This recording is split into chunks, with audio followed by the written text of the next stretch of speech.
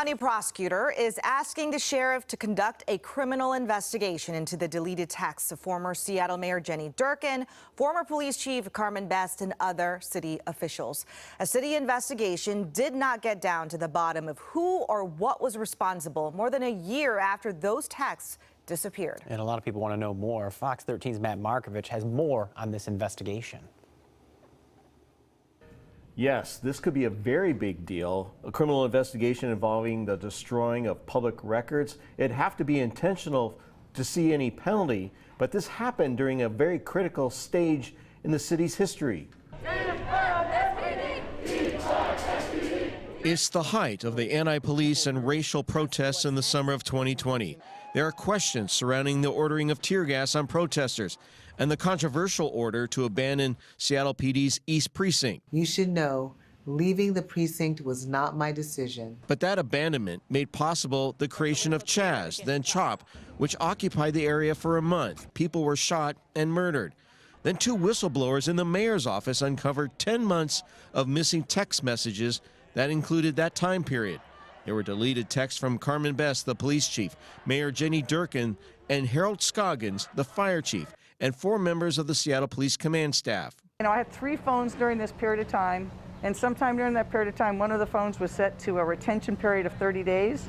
That's been corrected. It's for forever. Said the mayor when the missing texts were discovered. An independent forensic examiner determined that was true, but said this investigation did not assess who may have changed the settings on Mayor Durkan's phones, and concurred with the deposition made by Chief Best that Chief Best, deleted text messages periodically, which could be considered a destruction of public records.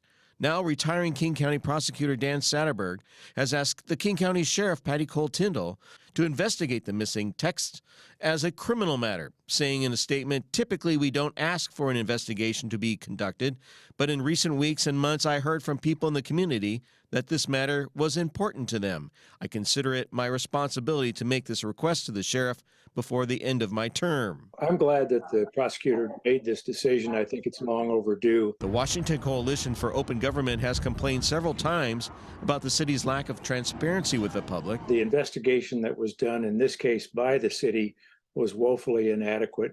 Anyone willingly destroying a public record could be found guilty of a felony. The truth is, we don't know what happened. And until we know, it's hard to figure out how the city moves beyond this.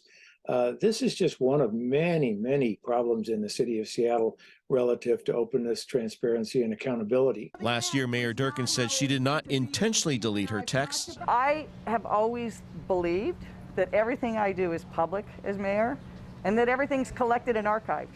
My emails, my calendars, my text messages.